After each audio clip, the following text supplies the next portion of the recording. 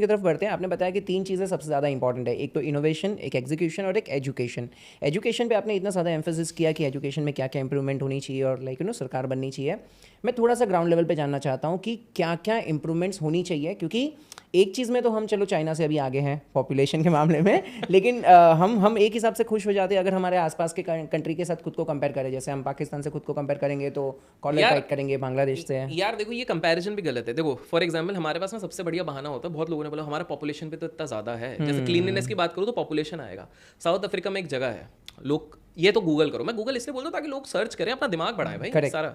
अब गूगल करना, south Africa में एक जगह है, वो भी गरीब है, पॉपुलेशन अच्छा है, गरीब है, ठीक है, लेकिन बहुत क्लीन है।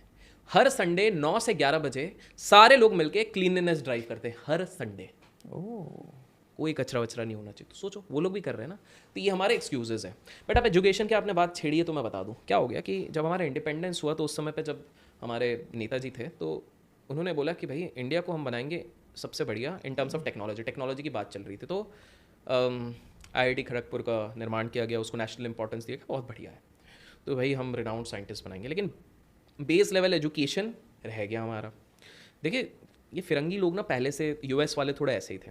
सॉरी टू से, थोड़ा मैं प्रो देश वाला हूँ, बट US वाले ऐसे ही थे, क्योंकि अब US और UK दोनों वाले ऐसे थे। UK तो भी अब अच्छा है टिकट्स के मामले में, बट ये ब्रिटिशर्स ने क्या किया, ब्रिटिशर्स ने हमारे इतनी बढ़िया गुरुकुल जो एजुकेशन थी उसको हटवा दिया और उन्होंने अपना एजुकेशन लाया। क्यों लाया, उसके पीछे भी इनका मास्टर प्लान था। उन्होंने बोला कि भाई ईस्ट इंडिया कंपनी बोली अपने बाहर से अगर अपने लोग लाएंगे पैसा बहुत खर्च हो जाएगा, तो एक काम करते हैं, हमको तो क्या हमारे ही क्लर्क्स चाहिए, हमारे हवलदार चाहिए, तो इनके एजुकेशन को उतना ही लिमिटेड बना दो कि ये बस अंडर समबड़ी काम करने वाले ही बने। और वही एजुकेशन अभी तक फॉलो होते जा रहा है।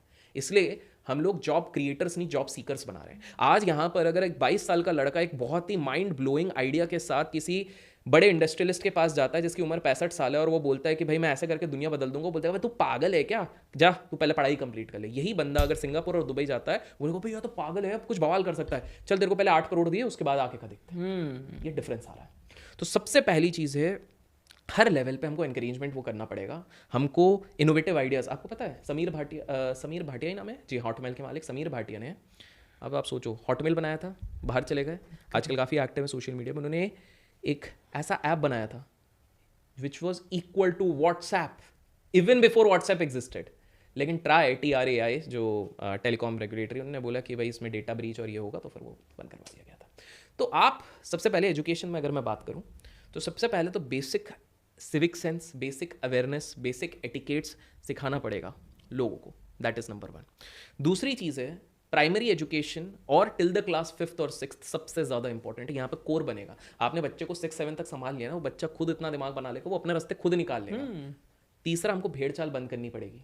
हमको ये समझना पड़ेगा कि 46% HR बोलते हैं कि आज के इंजीनियर्स एम्प्लॉयबल ही नहीं है। इसका मतलब सिर्फ रटा रटाया माल है, स्किल्स है ही नहीं। फिर हम बोलेंगे बेरोजगारी क्यों रही है, अरे भैया पहले स्किल्स तो इक्विप कर लो, स्किल्स है नहीं। और स्किल्स क्यों नहीं है, क्योंकि आपने जोर जबरदस्ती करके, जो बंदा अच्छा था इंग्लिश लिटरेचर में, उसको भी बिकॉज भाई तेरे ताऊ जी ने इंजीनियरिंग करी, सब ने इंजीनियरिंग करी, तू भी इंजीनियरिंग करेगा, तुमने उसको वैसे ही बर्बाद कर दिया उसका करियर। अब वो जिंदगी भर आपके अंदर आक्रोश रखेगा, मेरे घर वालों ने मेरे को, फिर वो बंदा बोलेगा मेरा ग्रोथ नहीं हो रहा कंपनी में। कहाँ से होगा भाई, तुम्हारे अंदर वो स्किल्स ही नहीं है। तो कॉलेज में भी जो पढ़ाया जाता है वो कितने सालों वो पुराना। बाबा आदम के ज़माने का चल रहा है। तो पॉइंट है, कॉलेजेस को अपग्रेड करना पड़ेगा अपने एजुकेशन।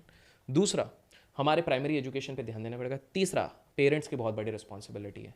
पेरेंट्स, मैं सबको ये मैसेज देना चाहूँगा, द वेरी फैक्ट कि अगर आप एक बच्चे को इस दुनिया में लाने का निर्णय लेते हो तो आप उसको संभालने की रिस्पॉन्सिबिलिटी भी लो। हमारा देश लकी है, 24-25 नहीं, जब तक बच्चे का बुढ़ापा नहीं आता और अगर माता पिता जिंदा होते तब तक माता पिता कहीं ना कहीं उसके लिए कंसर्न रहते हैं। बाहर के देशों में 12 साल में लात मार के भगाते हैं, बेटा तू अपना साइड का इनकम कर, पढ़ाई अपना खुद देख। बहुत जगह पे ये होता है। तो पहली चीज़ वो। तीसरा सबसे इंपॉर्टेंट, आपको पता है एजुकेशन में हम लोग 2x खर्चा करते हैं और सोसाइटी को प्लीज़ करने के लिए शादी में 10 गुना करते हैं। तो सोसाइटी प्लीजिंग बिहेवियर हमको कम करना पड़ेगा, बिकॉज सोसाइटी किसी का सगा नहीं होता है। करेक्ट। आपको पता है एक शादी में एक भारतीय जब शादी करता है तो 12 साल के लिए कर्जे में डूबता है। और आपको इंटरेस्टिंग चीज़ मैं बता दूं कि शादी भी कहाँ हम लोग ढंग से करा रहे हैं। आप देख रहे हो कि डाइवोर्स के रेट 35% से बढ़ गए। क्यों बढ़ गए पता है? क्योंकि भारत में शादी इंसानों के बीच में नहीं होती, भारत में शादी होती है एक पैकेज और एक सुंदरता के बीच में। आप नोटिस कीजिए, इसी के बीच में हो रही है। क्या देखा जा रहा है? अच्छा लड़की सुंदर और सुशील है, लड़के का पैकेज अच्छा है। अगर इसी की जगह कंपैटिबिलिटी की शादी करवा दी हुई होती ना, अगर 2 साल उन दोनों को बात करने भी दे दिया होता, ट्रू। बट हमारे इधर क्या होता है, Allowed रोका के बाद अरे नहीं जब तक शादी नहीं होगी। अरे समझने का मौका ही नहीं दे रहे हो आप। लड़का चाहता है कि वो हर महीने ट्रैवल करे और लड़की चाहती है मैं इंट्रोवर्ट हूं, मैं घर पे ही रहूंगी। कहां से जमेगी भाई? एटलीस्ट बात कर ली तो लड़का कन्विंस कर सकता है भाई 3 महीने मेरे साथ तू चल, बट मेरा काम ऐसा है। और लड़की बता सकती है मैं इंट्रोवर्ट हूं तो मेरे ये दिन होते उपवास वाले, उस दिन मेरे को परेशान मत। सही है, मौका ही नहीं दिया जा रहा है। क्योंकि घर वाले सबसे इंटरेस्टिंग है कि घर वाले एक अनजान व्यक्ति के पूरे जिंदगी भर अपने लड़के और लड़की को बचाते रहते हैं कि भाई किसी अहरे गहरे के साथ ये सो ना जाए, और उसके बाद अचानक से एक अनजान व्यक्ति जिसको उन्हें जाने में 3-4 महीने हुए होते हैं उसके साथ आप अलाउ कर देते हैं। कहाँ का रूल है? तो सारी चीज़ें, तो पहला क्विक पॉइंट्स में बताता हूँ।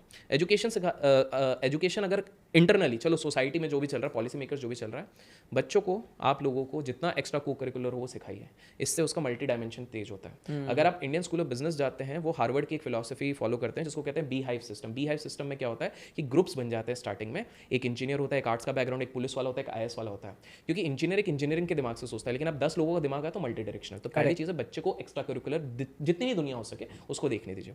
दूसरी चीज़ है स्कूल का एजुकेशन बिल्कुल जो चल रहा है, लेकिन आपको ये समझना है just because you are paying a lot to the school doesn't mean कि आपका स्कूल उसको बेस्ट एजुकेशन देगा। सबसे पहला और सबसे बेस्ट एजुकेशन घर पे ही होता है।